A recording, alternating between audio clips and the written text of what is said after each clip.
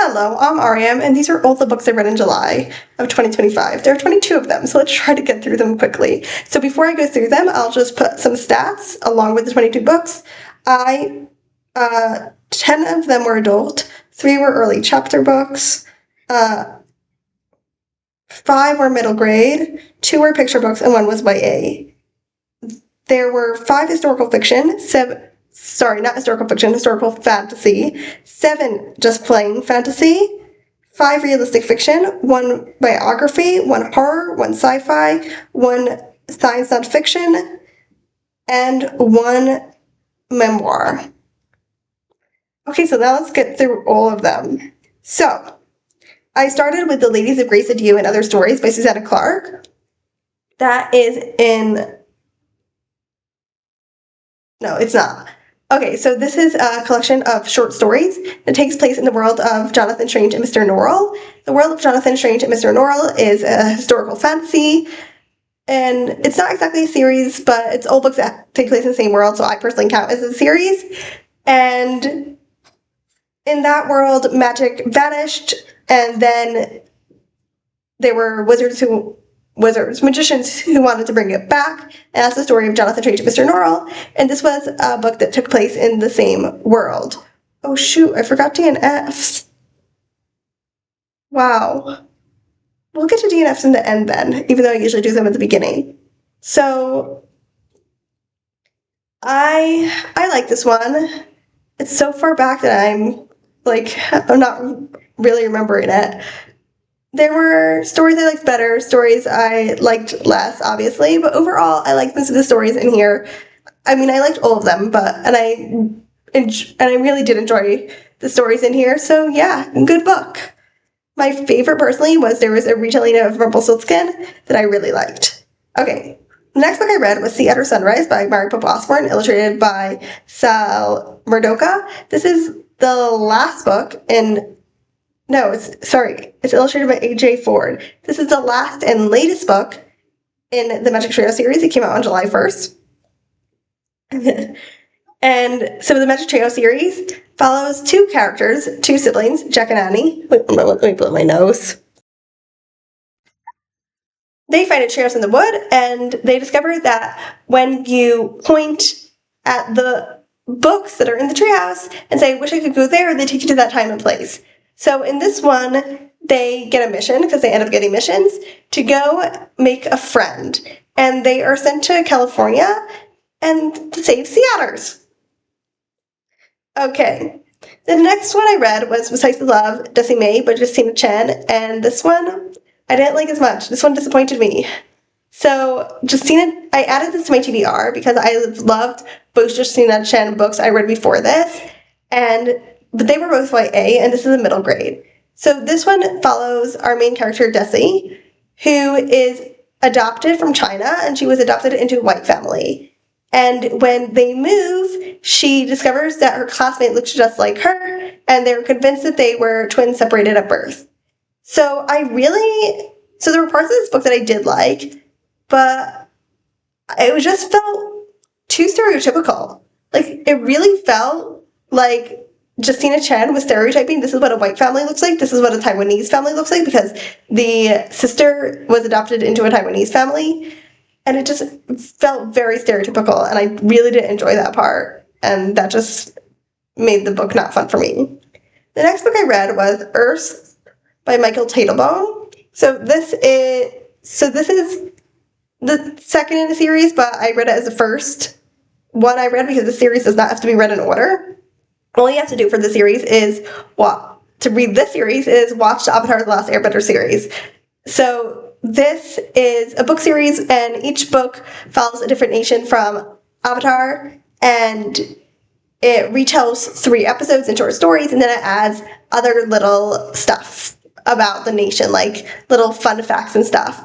Obviously, I would not spend money on this because it retells episodes, but I got it from the library, and overall, I really liked it. Earth is my favorite nation, and yeah, I started with that. The next one I read was Molly by Golly, Legend of Molly Williams, America's First Female Firefighter by Diane Ochiltree. So this is a picture book biography of Molly Williams, America's first female firefighter. And I really enjoyed the pictures in this one. I will put up on the screen who the illustrator is with God's help. But I found the story was just okay. Also, I looked it up afterwards, and we have very few facts about Molly's life. So the story itself was more like maybe this is what happened than for sure this is what happened. Okay. Then I read Shopaholic to the Stars by Sophie Kinsella. This is the 7th Shopaholic book, and no, it's the 6th Shopaholic book, I'm sorry. And our main character, Becky, this is a slice of life realistic fiction book. Our main character, Becky, moves to Los Angeles with her husband, and she's really into fashion, and she wants to become a fashion designer for a celebrity. It was a cute book. It really had its twists and turns. It ended up being very different than a lot of the most of the books in the Shopaholic series, but I enjoyed it. Okay, then I read The Labyrinth of Drakes by Marie Brennan. And yes, I've talked about the series so many times because I love the series. So this is the 4th book in the Memoirs of Lady Trent series, which is a series that follows Lady Trent, who the series starts in the 1820s, and Lady Trent, or Isabella, is a woman who wants to become a dragon naturalist. Like, that is her life's dream. And each book follows her to a different place in the world.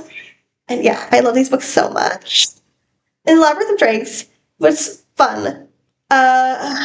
It definitely started off very slow. Well, not super, super slow. Like, but there was a part in the middle where I felt like it was kind of bogged down. It's gonna move on. But then it got so much better again. Like, these books are so good. I can't say enough good stuff about them. Then I read Water by Michael Teitelbaum, which is the first book in the series I was talking about before, of which I read the second book first, which is Earth. And yeah, I don't have anything to add to that.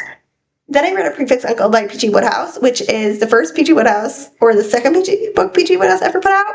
I really like his Jeep series, but they came out a lot after this came out. So this is a school story, but it's a mess.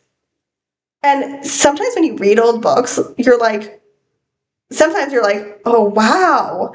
Like, Adam Gables, you're like, oh, wow, of course you got published. Even it's amazing that this was her debut, right? And sometimes you read old books, you're like, oh, anything could get published back then, right? So that's the way I felt with The Prefix Uncle.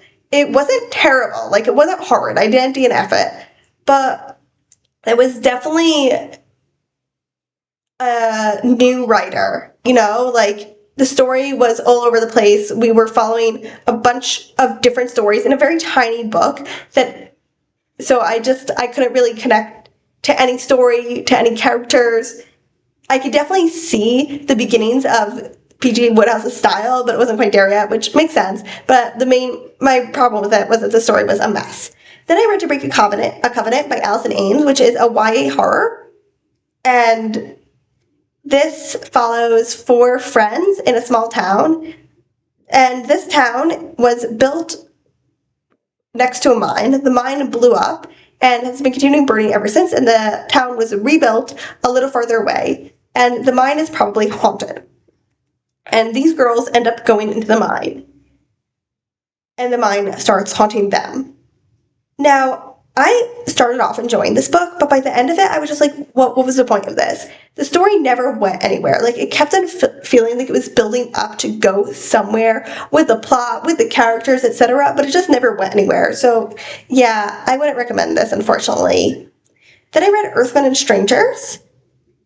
I do not remember who edited it, but this was an anthology. It was published in either 1960 or sometime in the very early 1960s, and it's a collection of stories about humans meeting aliens, and the stories were all originally published in the 1950s.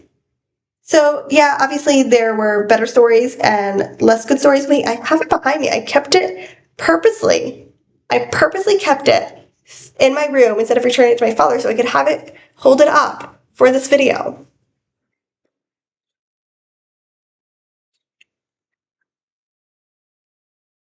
Here. So it was edited by Robert Silverberg, And our stories are by Poul Anderson, Isaac Asimov, Aldous Budrys, Arthur C. Clarke, Harlan Ellison, Randall Garrett, Damon Knight, Eric Frank Russell, and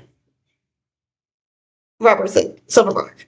So I'm just gonna go through the stories really quick and tell you what I thought of them, because why not?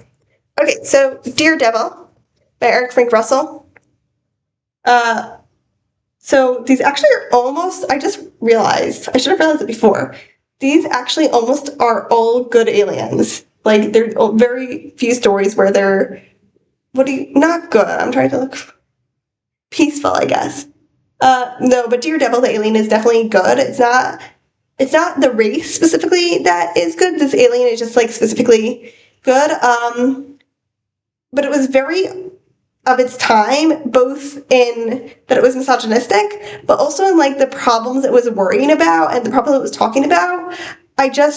Sometimes there are books where the problems are, like, where it's bigger than the problem, you know? And there were some parts in the story that were that, but for the most part, it was just, like, it wasn't that interesting to me because the problems were of its time. Then the next story was The Best Policy by Randall Garrett. Dear Devil was so long. Which one was this? Oh, yeah, I remember that. Wait, was it?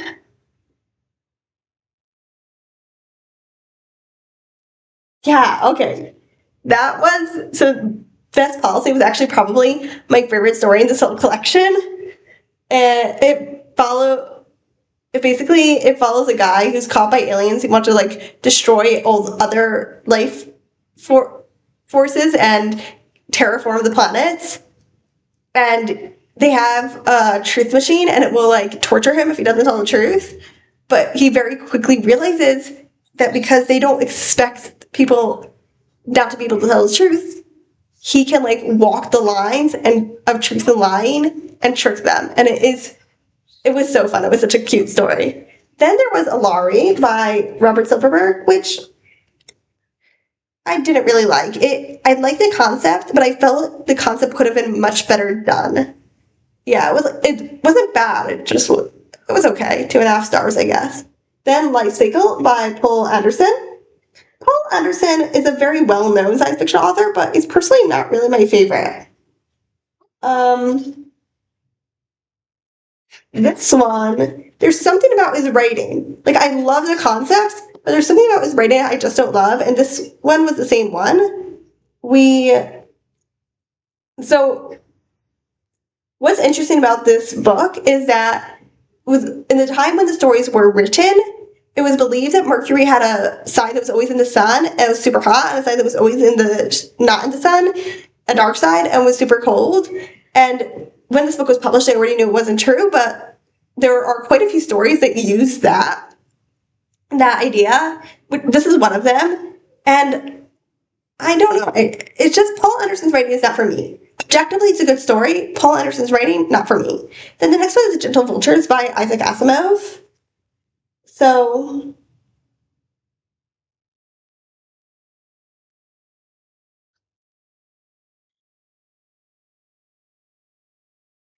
wait.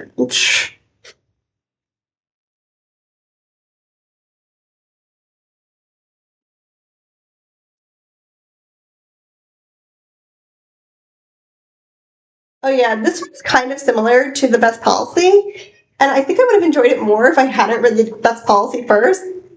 But because I had read The Best Policy first, it fell short because it wasn't as good as Best Policy. Then there was Stranger Station by Damon Knight. This one was a horror space story. Yeah, it was good. Like, when you read it, you're kind of, like, underwhelmed, and then you stop and you think about it, you're like, oh my god. The buildup of the horror is so slow and subtle that it feels underwhelming while you're reading it, and then after you read it, you're like, wow, that's kind of crazy. Okay, then the next story was Lower Than Angels by Aldous Budrys.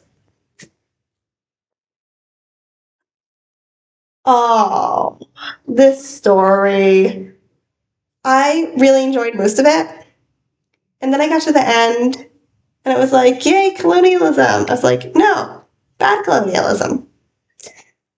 So yeah. Okay, then there was Blind Lightning by Harlan Ellison. Love Harlan Ellison in general. And I love this story. Harlan Ellison is kind of like the opposite of Poul Anderson for me. I love what he writes, even if I know the concept isn't that great. But I think that's just because even though I know objectively Poul Anderson writes well, there's something about his writing that doesn't do it for me. Harlan Ellison objectively writes well, and there's something about his writing that does it for me. So even though the concept for the story is kind of like dull and weird in not a good way, he really pulls it off. Like, he pulls it off so well. I love his stories. And the last one was Out of the Sun by Arthur C. Clarke, which was another Mercury story.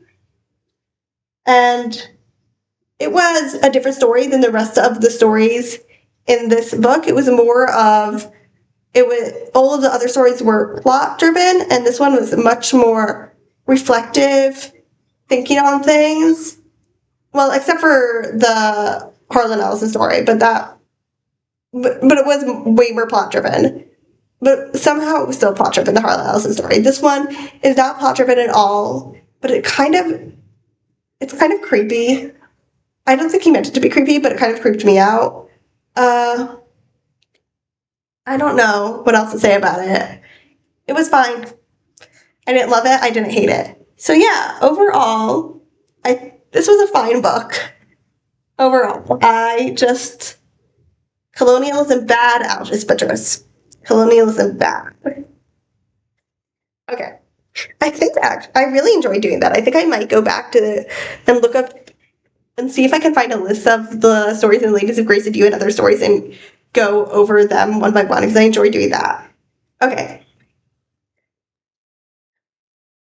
So the next book I read was Fermat's Enigma, The Epic Quest to Solve the World's Greatest Mathematical Problem by Simon Singh. It is also called Fermat's Theorem.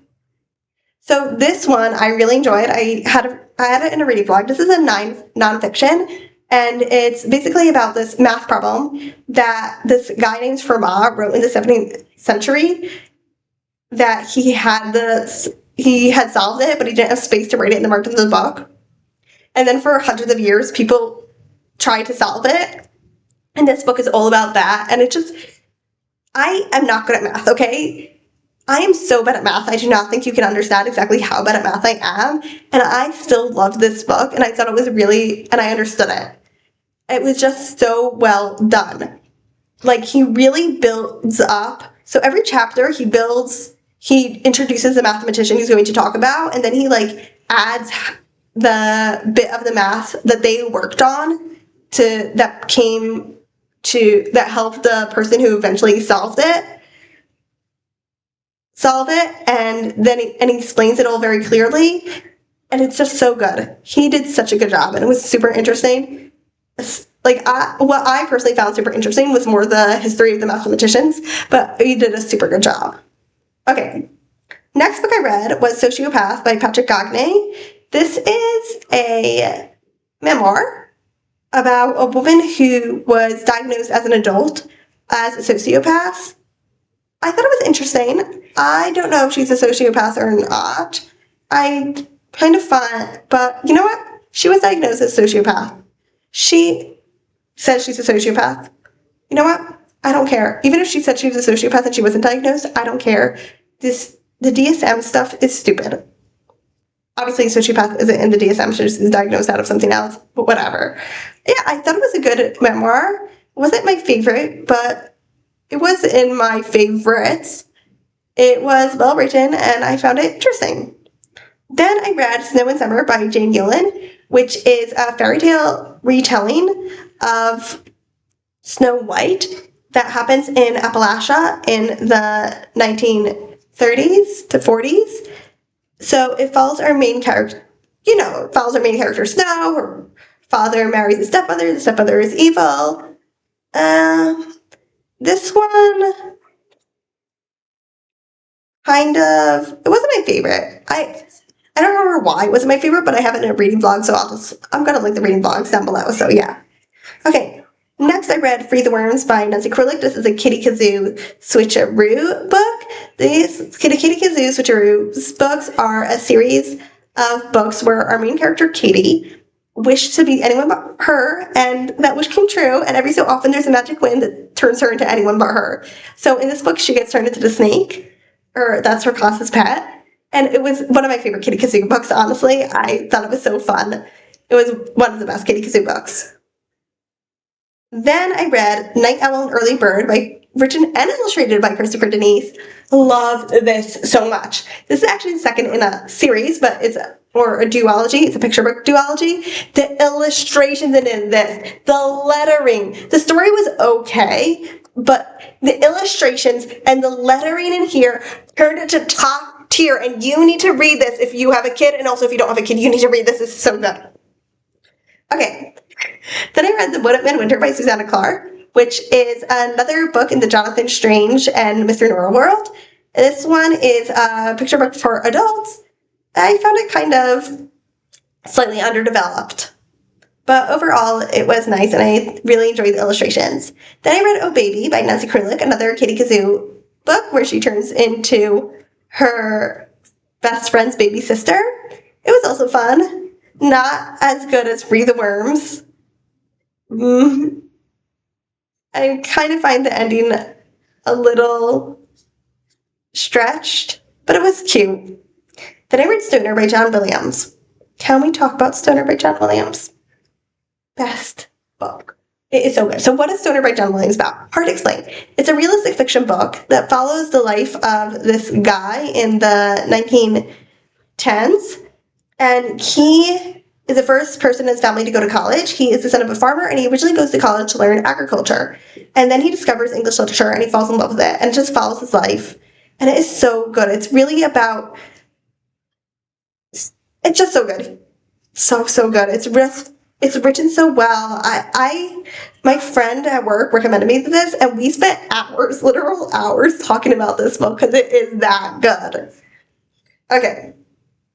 Then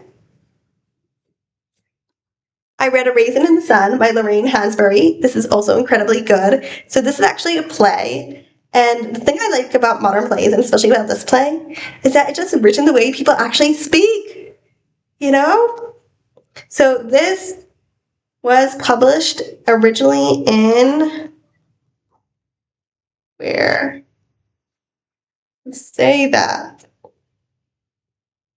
1958. And it follows a Black family who are about to get a bunch of money. And they're kind of debating what to do with it. And it's just so real. It's another one that's... I feel like realistic fiction books are very hard to describe because there's not one specific plot going on in them, you know? So it's kind of hard to describe what it's about. But this one was another one that was so good. I loved the characters. I loved their interactions. And just every word in here was just meant something, you know? Like it was all very obviously like there for a reason.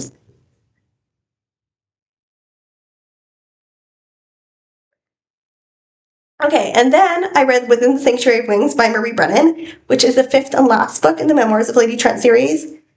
This wasn't my favorite book in the Memoirs of Lady Trent series. That doesn't mean that I didn't love it, because I did. This was also in a reading vlog. I just felt that a lot of the things that I loved in the most of the Lady Trent books there was much less of them in this book, so I liked it less, but I still loved it. And then the last book I read in July, and kind of disappointed to end on this one because it's a book that disappointed me, was The Spirit Glass by Roshni Chokshi. Because it disappointed me, I'm not going to go over it a lot. It was also in a reading vlog. I'll link the reading vlogs. But yeah, I am going to go see if I can find a list of stories for the Ladies of Grace Adieu and other stories. And then I'm going to see if I can find what books I DNF'd. And then I'm going to summarize the series started, finished, etc. Okay, so Wikipedia actually has the list of the stories, which is unusual, but let's go over the stories in the Ladies of Grace Adieu and other stories. So the first story is introduction, but this book supposedly is by Professor James Sutherland, the director of Fairy Studies at the University of Aberdeen, writing in 2006, which is when the book was published. I like the introduction that because it very much set us in the world. Well, also the book Jonathan Changed Mr. Nora, which is the first one in this that was written in this world, not necessarily the first one in chronological order in this world, happens all in the 1800s. So a little bit in the very beginning, there's a bit in the 1700s, and then the rest is in the 1800s. So I really enjoyed showing us a bit how the world was, how the world develops in 2006. But all the other stories are historical. So the Ladies of Grace Adieu was not my favorite story. I felt it was kind of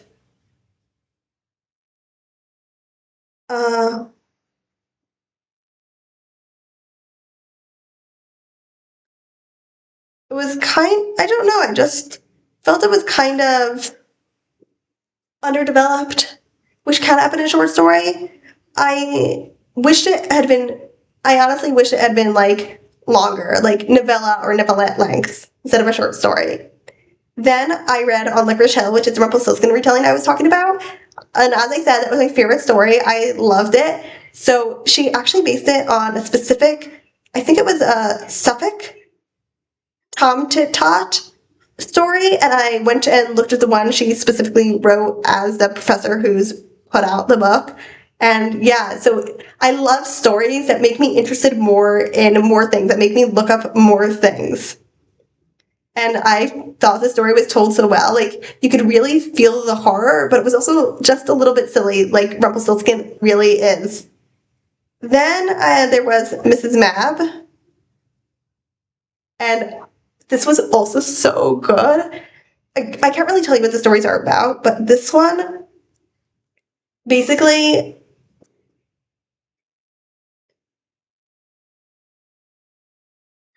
it's really playing around with the stereotypes of woman, and of what women have the power to do, especially 19th century women. Yeah, it was so good. I really loved this one as well. Then there was the Duke of Wellington misplaces his horse. This was cute. It was fun. I did enjoy it.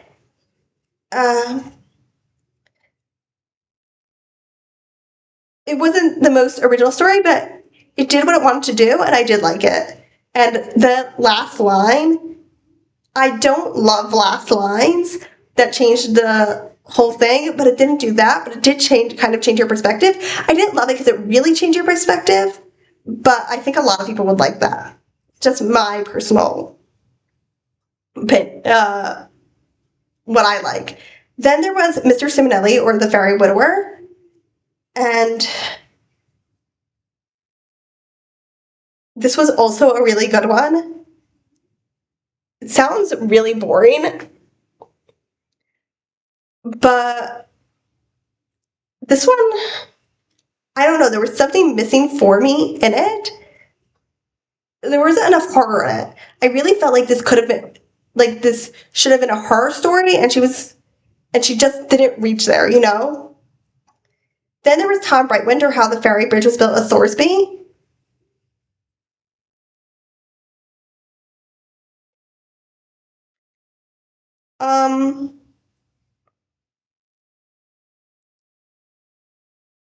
So the main character in this is Jewish, and it's not anti-Semitic. It was okay. I don't know, I didn't dislike it, but I didn't like it either. It was okay, it was fun. Then there was Antiques and Frets, and I liked it, but I would have liked it more if it wasn't based on like real history, like using real people. But that's again that's my personal preference. And then the last one was John Uskas and the Cumbrian Charcoal Burner, which was so funny. Like, it was really just like a folktale set in Susanna Clark's world. I don't think it would have been as fun if you hadn't read Jonathan Strange and Mr. Norrell and knew who John Usglass was from Jonathan Strange and Mr. Norrell. But as it was, but reading that and then reading this and having it like be a folktale about John Usglass, it was so fun and it was great. I loved it. Okay, as for DNFs, I DNF'd 2 books in July, which is pretty, that's only 2. But I did DNF them pretty close together. I guess that's why I felt like it was more. But I DNF'd After the Dragons by Cynthia Zhang. This is a sci-fi fantasy set in a near future dystopia. And I just felt it was too moralistic. The characters weren't developed, the world wasn't developed. All the author wanted to do was tell me how I should think about and feel about this world. And I was like, no. And then the other one I DNF'd was Briarheart by Mercedes Lackey. Second Mercedes Lackey book I DNF'd this year. So this is a retelling of Sleeping Beauty. And so first of all, one of the things that gave me more of a negative reaction to this book is the cover looks like an adult book, but the book content is in middle grade, and when you come in anticipating one thing and it's the other thing, it's going to give you somewhat of a negative reaction. You know, like when you doesn't matter how much I like cupcakes, if I thought it was going to be broccoli, I love broccoli, right? And I love cupcakes. But if I thought the cupcake was going to be broccoli and I tasted it and it ended up being a cupcake, I would feel grossed out. Now, I love cupcakes enough that I could overcome that probably. But in this case, I probably would have DNF'd the book anyways. There was so much info dumping, so much info dumping. This book was told in first person, and there are just pages and pages. There would be 2 pages together. I was like, why are you telling us this? This is in your world. The people should know this. Who are you writing to? You know?